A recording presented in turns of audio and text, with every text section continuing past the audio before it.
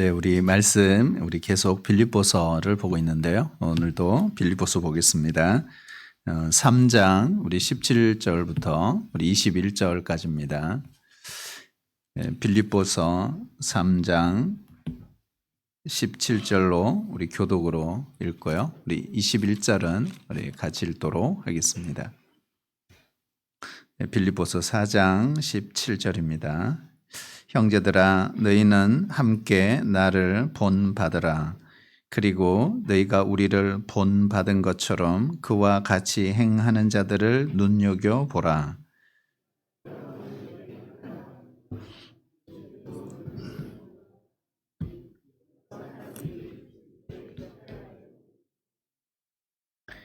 그들의 마침은 멸망이요 그들의 신은 배요 그 영광은 그들의 부끄러움에 있고 땅의 일을 생각하는 자라.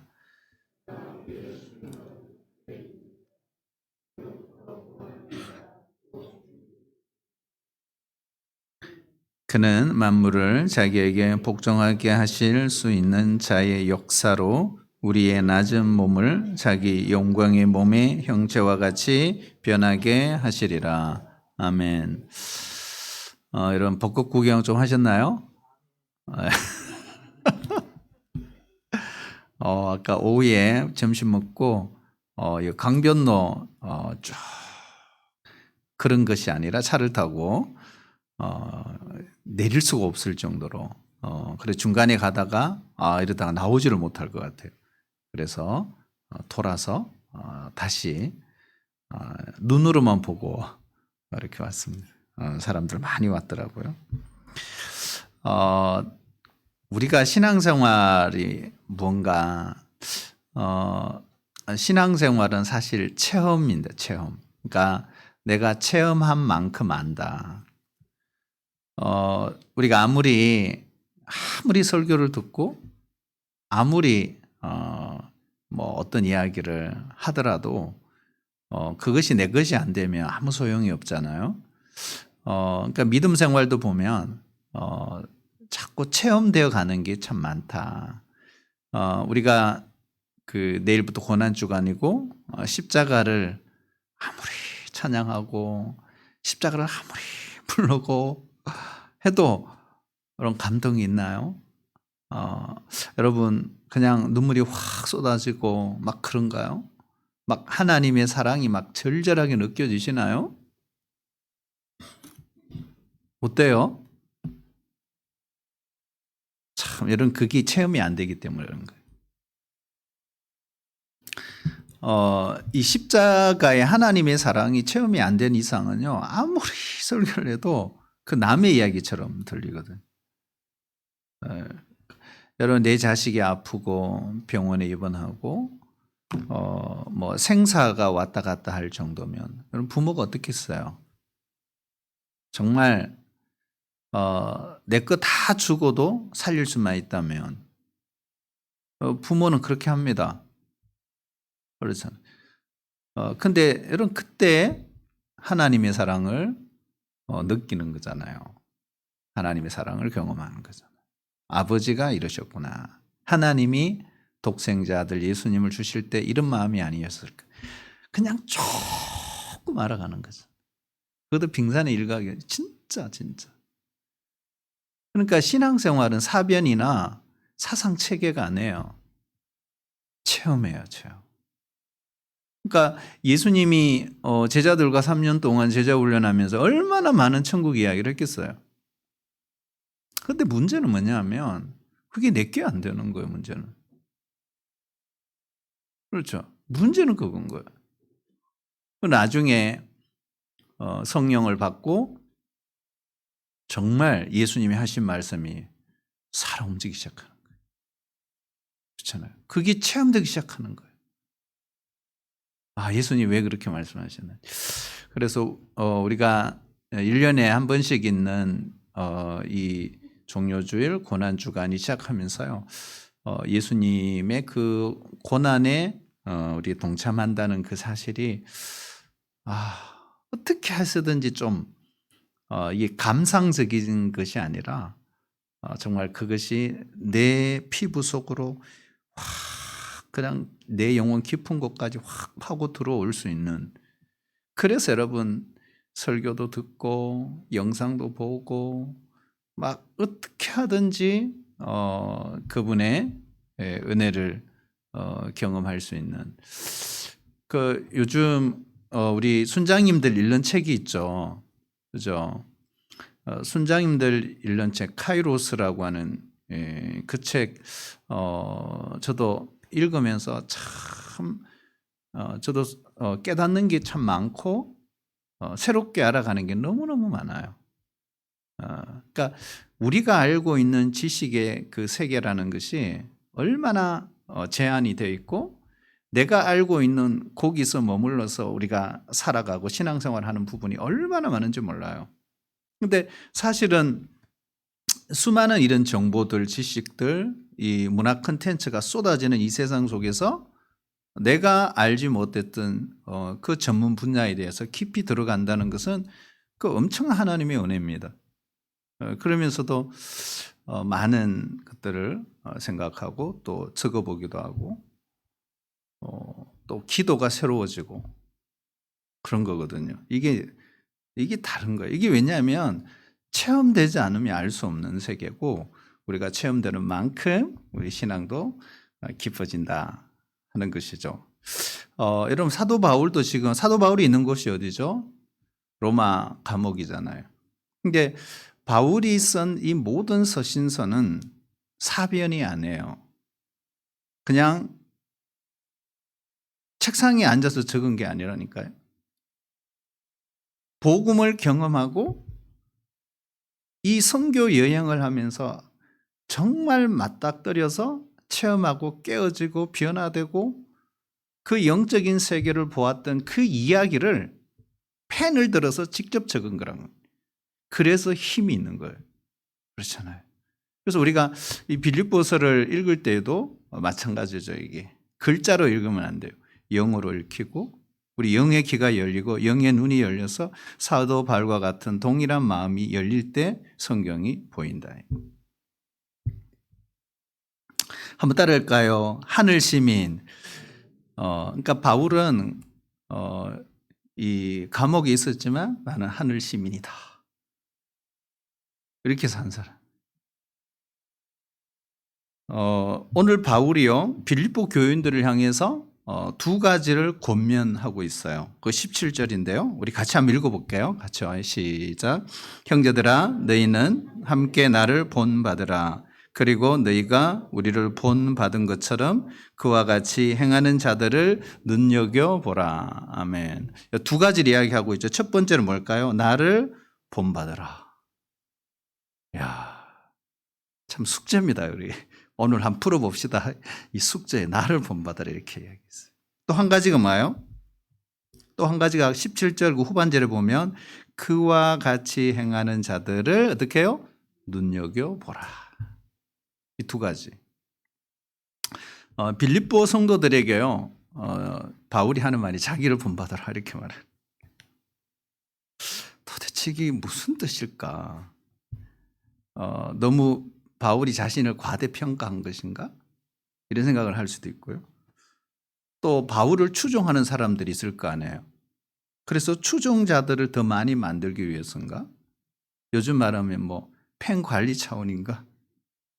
뭐 인기 관리하는 건가? 아니죠. 그리고 바울은 그럴 사람도 아니에요. 그렇죠. 그러면 바울은 무엇을 본받으라고 하는 것일까? 우리가 기본적으로 생각해 보면 아무리 훌륭한 사람이라 할지라도 아무리 존경받는 지도자라고 할지라도 결코 이런 말을 하기는 쉽지 않습니다. 그 바울의 그 인생을 보면요, 그는 출세의 길을 걷고 있던 사람이에요. 당시 유다 사회에서 엘리트 길을 걷고 있었어요. 어쩌면 차기 지도자감 중에 한 사람일 수도 있었어요.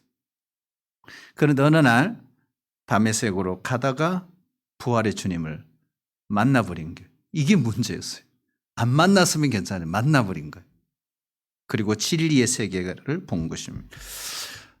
지금까지 바울은 이런 생각을 갖고 있었어요. 예수 믿는 사람은 이 세상에서 가장 어리석고 가장 미련하고 가장 무식한 사람들이라고 생각을 했어요. 그런데 복음을 체험했어요. 예수님을 만나버린 거죠. 여러분 꼭 예수님 만나시기를 축복합니다. 나는 만나지 않을 거야. 그런 분은 안 계시잖아요. 그런데 이후로 모든 자랑을 버렸어요. 다시는 엘리트 길로 가지 않았어요. 세상 학문, 물질 거기 집착하지 않았어요. 복음의 인생을 겁니다. 십자가의 길을 선택합니다.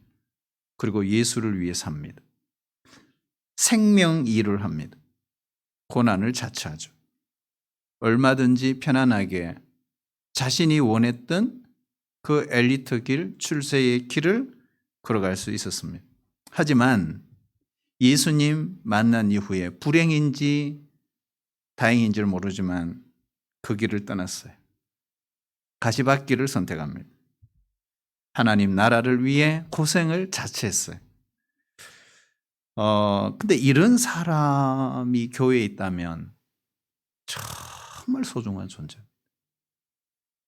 그래서 오늘 바울이 그런 사람이 있는지 빌립보 교회 교인 중에 어떻게 해요? 나에게 보여달라. 그 사람을 눈여겨봐라. 이렇게 이야기하는 거예요. 여러분 신앙은 모델이 중요합니다. 모델. 그러니까 가장 중요한 신앙의 성장과 그 사람에게 영향을 줄 수 있는 것은 모델링 케이스예요.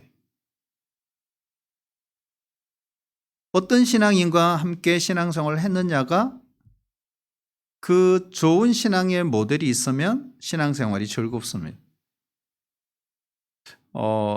여러분 어떤 순장님과 함께 내가 순모임을 했느냐 이게 중요한 거예요. 나중에 내가 순장의 자리에 섰을 때 영향을 많이 줍니다. 진짜입니다. 그래서 보고 듣는 것이 중요한 거예요. 우리가 누구든지 예수님을 믿으면요, 교회라고 하는 이 공동체 안에 다 소속이 됩니다. 그리고 평생 신앙생활을 하죠. 그래서 내가 어떤 사람의 영향을 받느냐, 이 공동체 안에서 신앙생활의 승패를 좌우할 수 있습니다. 저도 개인적으로 보면 제 인생에 좋은 지도자 한 분을 만났습니다. 그리고 제 인생이 바뀌었어요. 생각이 바뀌고 사고가 바뀌고 신앙의 스타일이 확 바뀌었습니다. 그래서 여러분 좋은 지도자를 만나는 게 정말 중요한 거예요. 여러분 교회 공동체 안에서 좋은 믿음의 형제들을 가까이 하면서 본받기를 정말 힘쓰면요, 나도 모르게 신앙의 퀄리티가 높아져요. 그렇게 갈 수밖에 없어요. 우리 성도 여러분, 우리도 내가 정말 본받기를 원하는 지도자가 꼭 있기를 축복합니다. 그러면 내가 변해 갑니다, 여러분. 나도 교회 안에도 보면 나도 저분처럼 저렇게 살았으면 좋겠어. 이런 게 있어야 돼. 나에게 본이 될 만한 공동체 안에 그런 형제 자매가 우리 주변에 많으면 많을수록 좋습니다. 우리가 주님의 종이 된 사람에게는요, 세상의 편안함, 세상의 안락함, 그것이 그다지 중요하지 않게 됩니다. 세상에서 편안하게 사는 것보다 이 한 영혼을 위해서 생명 일을 위해 고생하는 것이 더 값진 것으로 하나님은 여겨주십니다. 그래서 이러한 결론을 내리고 그 다음 18절에 보면 바울이요 강력한 경고를 합니다. 근데 그 경고가 눈물을 흘리면서 하는 경고예요. 그래서 눈물의 경고 이렇게 별명이 붙여져 있어요. 우리 18절 한번 읽어볼까요? 시작. 내가 여러 번 너희에게 말하였거니와 이제도 눈물을 흘리며 말하노니 여러 사람들이 그리스도의 십자가의 원수로 행하느니라. 아멘. 여기 보면요, 여러 번 말했다 그랬어요. 한두 번이 아니라는 거예요. 여러 번 말했어. 이게 처음 하는 말이 아니야. 이런 말이죠. 그리고 여러 사람들이 그렇게 돼 있어요. 한두 명이 아니에요. 여러 사람들이 빌립보 교회 안에 있는 성도들 가운데 이 말이잖아요. 십자가의 원수로 행하는 자들이 있다. 이런 말입니다. 그래서 어떻게 해요? 눈물을 흘리며 경고한다. 이런 내용이잖아요. 지금 바울은 감옥 안에 앉아서 편지를 쓰면서 눈물을 흘리고 있는 거예요. 그러니까 자신을 감시하는 이 간수가 생각할 때 가족에게 편지 쓰나? 아니면 교회 성도들에게 편지 쓰나? 이런 생각을 충분히 할 수가 있죠. 근데 우리가 바울의 1차, 2차, 3차, 또 4차 우리 이 전도 여행을 봤지만 바울은요 정에 약한 사람이 아니에요. 아주 강직한 사람이에요. 웬만해서는 눈물 흘리고 이런 사람 아니에요. 근데 어떻게 해요? 눈물을 흘리고 있대. 근데 이 눈물이 기쁨의 눈물도 아니고 감사의 눈물도 아니에요. 바로 빌립보 교회 안에서 함께 신앙생활하고 있는 그 성도들 가운데 그들의 종말에 대한 비극, 그 비극으로 끝날 것을 알기 때문에 이 바울이 눈물을 흘리면서 그들을 불쌍히 여기는 마음으로 오늘 이 편지를 쓰고 있다. 이런 내용이죠. 그러니까 마음이 아파서 하는 거죠.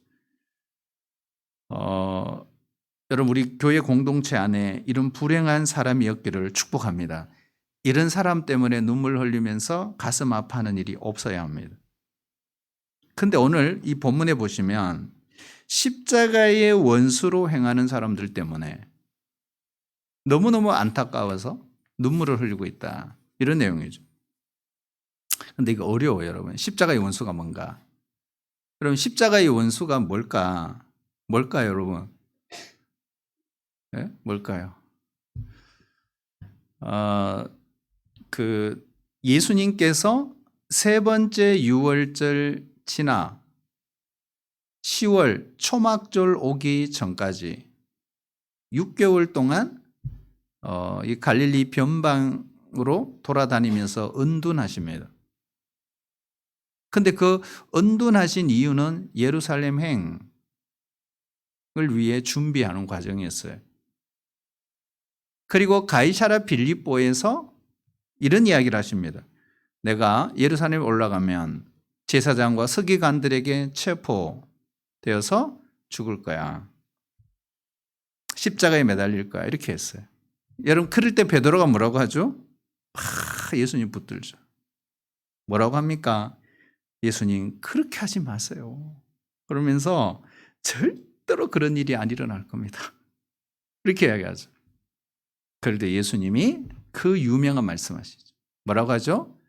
사탄아 내 뒤로 물러가라. 너는 나를 넘어지게 하는 자다. 하나님의 일을 생각하지 않고 사람의 일을 생각하는구나. 이렇게. 그러니까 방금 칭찬 들었잖아요. 주는 그리스도시요 살아계신 하나님의 아들이십니다. 이 칭찬 들었거든요. 바요나 시몬아 네가 복이 있도다. 이걸 알게 하시는 하늘에 계신 아버지께서 하신 것이다. 뭐 이렇게 칭찬 듣고 바로 이 일이 사건이 터진 거예요. 예수님이 십자가를 지는 것을 지지 못하게 하는 것이 뭐예요? 십자가의 원수로 행하는 거예요. 여러분 우리도 그렇거든요. 내가 살고 내가 대접받고 내가 높아지는 거 이거 다 십자가의 원수로 행하는 것입니다. 여러분 요즘 우리 사무엘상 묵상하잖아요. 사울 왕도 그랬지 않습니까? 백성들의 환호와 그 인정 때문에 진정한 왕이신 하나님을 버렸습니다. 새도 깃들 곳이 있고 여우도 굴이 있지만 인자는 머리 둘 것이 없다고 말씀하신 그 예수님. 여러분 이 세상에 와서 예수님 뭐예요? 가난해지셨고 낮아지셨고 철저하게 자기를 부인하셨습니다. 실제로 십자가 위에 매달려 죽으셨어요. 그러니까 십자가의 원수는 그 길을 가지 못하게 하는 것입니다. 오늘 십자가의 원수의 네 가지 특징 설명하고 있어요. 19절에 19절. 자, 네 가지 특징 한번 볼까요? 같이 읽어보겠습니다. 시작. 그들의 마침은 멸망이요. 그들의 신은 배요. 그 영광은 그들의 부끄러움에 있고 땅의 일을 생각하는 자라. 아멘. 자, 십자가의 원수로 행하는 자들의 네 가지 특징이 있습니다. 여기 바울이 오늘 지적하는데요. 첫 번째는 뭘까요? 그들의 멸망은 나중에 볼게요. 보면 그들의 신은 배요 이렇게. 자, 이게 무슨 말? 그들의 신은 배라는 게 뭘까요? 바로 배처럼 신을 섬긴다 이 말이에요. 거꾸로죠. 신처럼 배를 섬기죠. 배처럼 신을 섬기는 게 아니죠. 그러니까 신을 섬기듯이 배를 섬기는 사람. 자, 여기에 배는 뭘 가르칠까요? 배는 위장, 내장 이런 뜻입니다. 그럼 쉽게 말하면 잘 먹고 잘 사는 것이 최고야 하는 사람들이 있어요. 이게 뭐예요? 배를 신처럼 섬기는 사람들. 요즘 짜장면 한 그릇에 7,000원이 되는 시대가 됐어요. 김밥은 한 줄에 3,000원이에요. 와, 상상을 할 수 없는. 그러니까 그런 일이 현실이 되었습니다. 서민 음식들이 지금은 고가 행진을 하고 있습니다. 당시 로마 귀족들은요, 한 끼를 먹는데 요즘 말로 하면 놀라지 마시고요. 몇백만 원씩 한 끼 먹는데. 도대체 뭘 먹는지 모르지만 어떤 귀족은 몇천만 원씩 식사를 한다는 거예요. 그러니 식사 자체가 그들의 명예였어요. 귀족들에게. 그들의 영광이요. 그들의 자랑이었어. 너 뭐 먹었니? 뭐 이런 거 있잖아. 나 짜장면 먹었어. 짜장면 못 먹었어? 나는 칼질했는데 뭐 이런 거 있잖아. 인생을 사는 목적이 그거예요. 여러분 우리나라도 보면 먹는 것, 입는 것, 세계 1, 2위 뭐 탑 클래스입니다. 뒤처지지 않아요. 여러분 세계의 모든 보약의 80%는 한국인에게 팔린다 이런 말 들어보셨어요? 뭐 곰설계, 곰발바닥, 뱀탕, 지렁인탕, 용봉탕 뭐 하여튼 좋은 탕이란 탕은 다 팔아요 그냥. 그러니까 먹고 치장하는데 우리나라 사람만큼 돈을 아끼지 않는 나라도 없다 그러잖아요. 여러분 이 남자 화장품 전 세계 1위가 우리나라예요. 선한 일을 위해 자기 영혼 관리를 위해서 그다지 투자하지를 않아요. 그래서 여러분 성도에게 식사란 뭘까? 성도에게 식사는 뭘까? 식사. 그것은 하나님께서 주신 은혜에 대한 감사의 시간이에요. 성도들과 교제하고 세상 사람들처럼 뭐 비싼 음식 먹는 그 자체가 인생의 목적이 되고 그것이 자랑이 되는 게 아니에요. 다 쓸데없는 일이라는 거예요.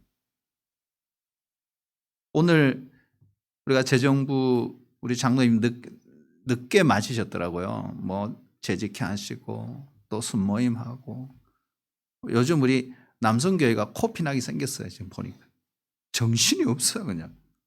그래 늦게 마시셔서 장로님 좀 맛있는 데 좀 가서 맛있는 걸 좀 드세요. 그러니까 하시는 말씀이 순댓국 먹으러 간다고 그러더라고요.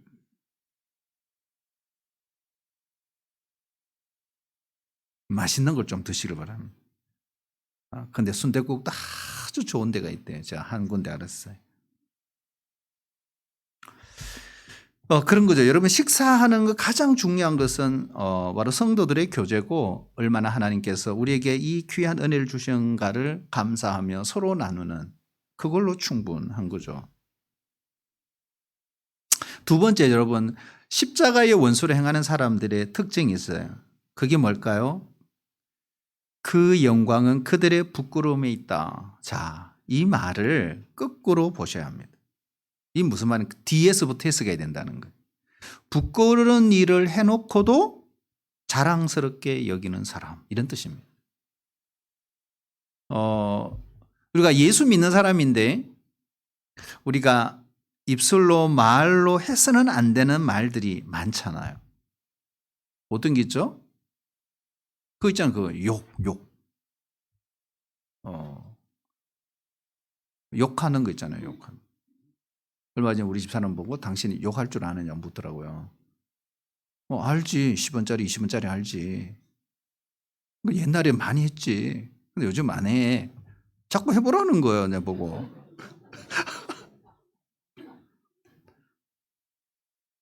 목사가 그러면 안 된다고.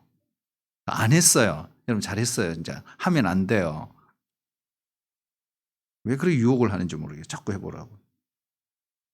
이런 거 뭐 욕설, 뭐 이런 거 음담, 패설, 뭐 그다음에 뭐 세상 자랑. 그러니까 세상의 일을 자랑하는 것도 부끄러운 일이다. 여러분 겸손한 사람은요 늘 자기의 부족을 자랑합니다. 그렇죠. 그러니까 예수 믿는 사람은 자기 입으로 자기를 잘 자랑하지를 않아요. 네. 뭐 사실 자랑할 게 있어야죠. 없어요. 사실 우리가 예수님 앞에 십자가 앞에 들어오면요 그게 없었어요. 그렇죠. 그 이야기를 하는 거죠.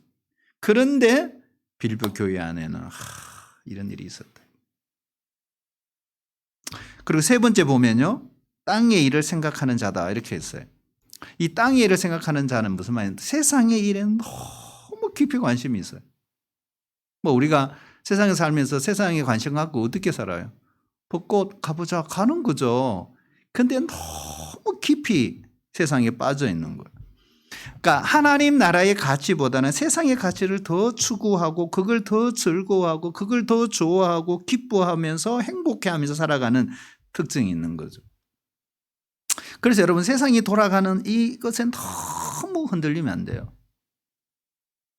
여러분 정치는 계속 바람을 탈잖아. 이랬다가 저랬다가 뭐 계속 흔들리는 거예요. 근데 그걸 보고 내가 막 왔다 갔다 할 이유가 없어요. 그런 상황에 집착할 이유가 없다는 거예요. 여러분 부동산에 어떤 분은 막 목매에 사는 사람이 있어요. 그냥. 네? 이게 다 땅의 일이라는 거예요. 교회에 출입은 했지만 이 빌립보 교회 안에도 중생을 받지 못하고 거듭나지 못한 가라지와 같은 사람들이 있었다는 거예요. 십자가의 원수는 영혼을 살리는 일이나 죄를 회개하는 일이나 복음을 전하는 일에 별로 관심이 없다.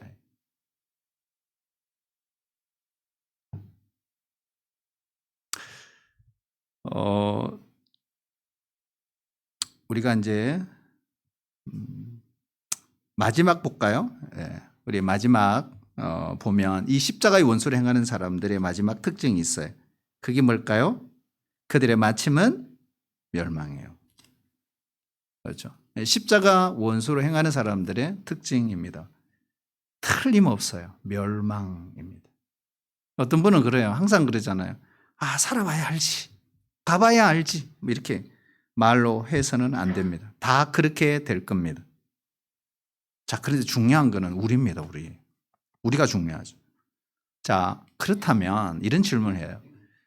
예수님을 바로 믿는 자라면 자, 절대로 십자가의 원수가 될 수 없다. 이 확신이 있어야 돼. 그러니까 예수님을 바로 믿는 사람은 절대로 십자가의 원수가 될 수 없다. 그 이유가 뭔가? 오늘 바울이 그걸 오늘 결론으로 이야기하는 거예요. 그 결론이 바로 20절, 21절에 우리 다시 한번 읽어볼까요? 네, 시작. 그러나 우리의 시민권은 하늘에 있는지라 거기로부터 구원하는 자 곧 주 예수 그리스도를 기다리노니 그는 만물을 자기에게 복종하게 하실 수 있는 자의 역사로 우리의 낮은 몸을 자기 영광의 몸의 형체와 같이 변하게 하시리라. 아멘. 자, 예수를 제대로 바로 믿는 사람은 절대로 십자가의 원수로 행할 수 없다. 이유 첫 번째 뭘까요? 우리는 하늘나라 시민권을 가진 사람들이기 때문에. 그렇게 이야기하는 거예요. 이게 무슨 말이냐면 우리가 이 땅에 살고 있지만 나는 하늘나라의 시민인 줄 본인이 안다. 그리고 늘 하나님 나라를 생각하고 그 하나님 나라를 고향처럼 그리워하고 그 하나님의 나라에다가 보물을 쌓으면서 살아가는 사람이라는 거예요. 여러분, 이런 성도가 되는 건요, 주일날 한번 교회 출석하는 걸로 안 돼요. 그냥 나 원주동부교회 다니는 교인이야. 그래서 세상에 와서 내가 착하게 살아야지, 그걸로 안 돼요. 한번 따라할까요? 2번 출생해야 합니다. 그걸로 안 돼요. 그러니까 반드시 2번 출생 경험을 하셔야 합니다. 누구든지 우리는 모태로부터 태어나요. 그런 경험은 다 갖고 있어요. 하지만 성령으로 태어나는 것은 하늘나라의 소속이 되는 성도의 특징입니다.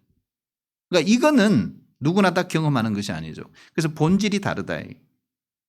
우리의 소속이나 신분이나 지위가 완전히 다른 거예요. 그래서 이런 말 유명하잖아요. 한 번 태어나면 영원한 죽음에 이르지만 2번 태어나면 영원한 생명에 이른다. 세상 사람들은 어떻게 살까? 어떻게 살까요? 이런 거죠. 항상 어리를 모니 조금만 더 그렇게 삽니다. 지금보다.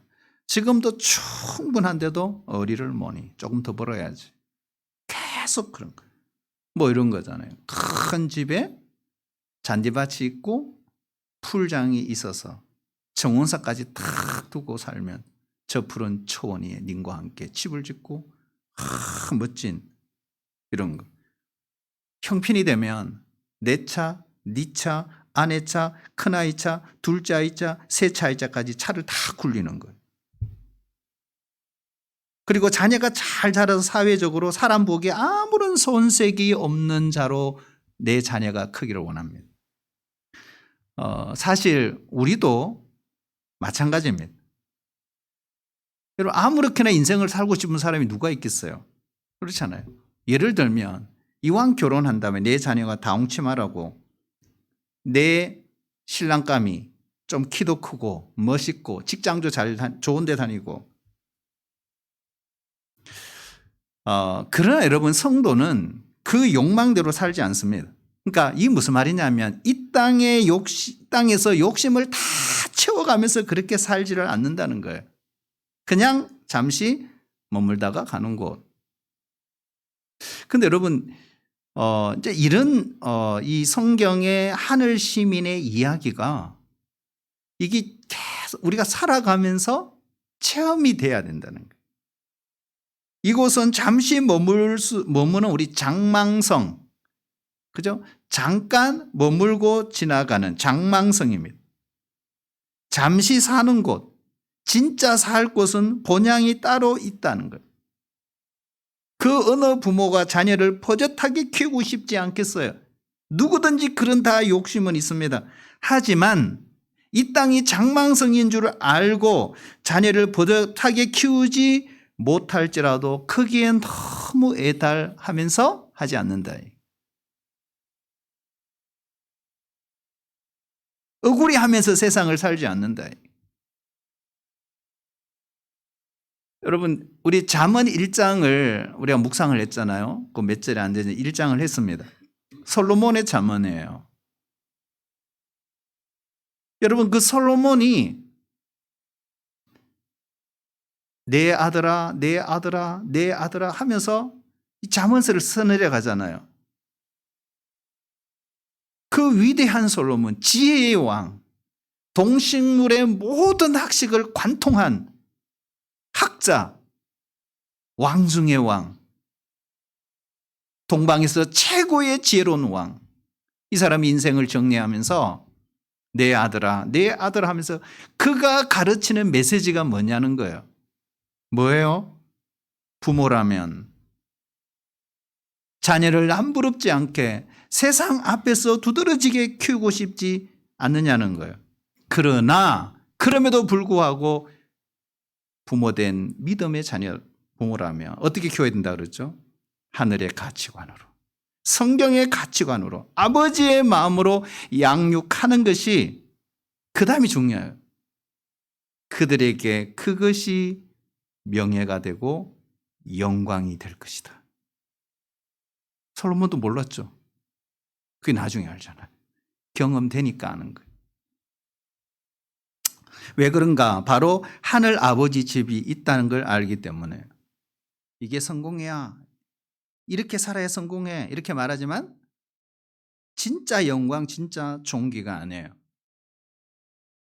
그러나 하늘을 붙들고 살면 어떻게 될까? 진짜가 보인다. 영원한 것이 보인다. 그러니까 우리는 아무것도 없는 자 같으나 모든 것을 가진 자예요. 여러분 이게 어떻게 이게 말이 됐냐고 이게. 예? 사도 바울이 이 말을 할 때 이게 말이 돼요? 나 아무것도 없는데 지금. 그런데 뭐예요? 모든 것을 가진 자요. 넘어지는 자 같으나 일어나서 다른 사람을 살려내는 자요. 아무것도 못하는 자 같으나 모든 것을 하는 자들. 이게 뭐 영의 세계가 열린 사람이 하는 말이에요.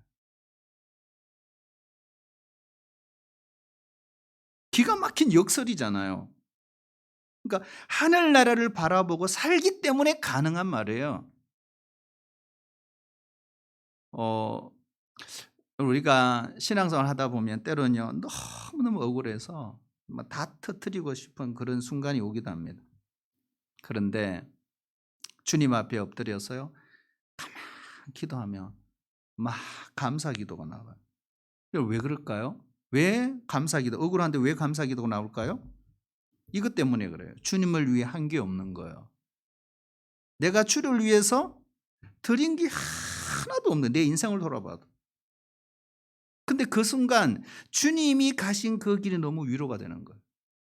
욕을 드시고 모함을 받고 뺨을 받고 침뱉음을 당하시고 조롱을 당하시고 손가락을 당하신 그것이 갑자기 문득 떠오르면서 위로가 되는 거예요. 그게 얼마나 감사한지 몰라요. 왜 그러냐면 주님을 위해서 아무것도 못 해드렸는데 그렇게라도 주님과 함께 그 길을 갈 수 있으니 위로가 되더라는 거예요. 이것이 진짜 고향이 있는 사람에게 나오는 가능한 일이다. 고백이라는 거예요. 바울이 이 고백을 하고 있는 거예요. 그리고요. 또 하나 이야기하고 있죠. 주님이 다시 오실 그날 우리 몸을 주님과 같이 영광의 몸의 형체와 같이 변화시켜 주시기 때문이다. 그렇게 이야기하고 있는 거예요. 아무리 가난하고 아무리 배움이 적고 아무리 억울하고 아무리 약하게 살아도 이 영광의 몸을 입기만 하면 그 옥하는 목사님의 표현처럼 이보다 더 좋은 복은 없습니다. 우리가 다 여기에 참여해야 되지 않겠습니까?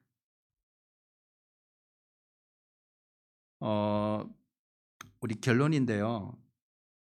믿음의 길은 세상의 길과 다르다. 이거 구분 못하면 하늘 시민으로 살기 어렵습니다. 그래서 다르다는 걸 알아요. 그러므로 인내하는 거예요. 그리고 믿음의 길을 끝까지 가는 거예요. 왜 우리의 믿음의 선배들이 그 고난을 이기면서 그 힘든 상황에서 세상 등지고 십자가만 주님을 바라보았을까요? 하늘 시민이기 때문에. 주님 오시는 날 우리 기대하며 살아가시길 바랍니다. 하늘나라를 그리워해야 돼. 덜 생각해야 돼. 그걸 묵상해야 돼. 그럴 때 여러분 하나님 나라 우리 안에 확 들어와 버립니다. 여러분 이번 한 주간도 이 십자가의 주님을 우리가 바라보면서 이 주님을 깊이 만나는 그런 한 주간이 되시기를 축복합니다. 하나님 아버지, 우리 모두 하늘 시민답게 이 땅에 매이지 않고 살아가게 도와주옵소서. 다시 오셔서 우리를 구원하실 주님을 늘 기다리며 기도하며 살아가게 도와주옵소서. 예수님의 이름으로 기도합나이다. 아멘.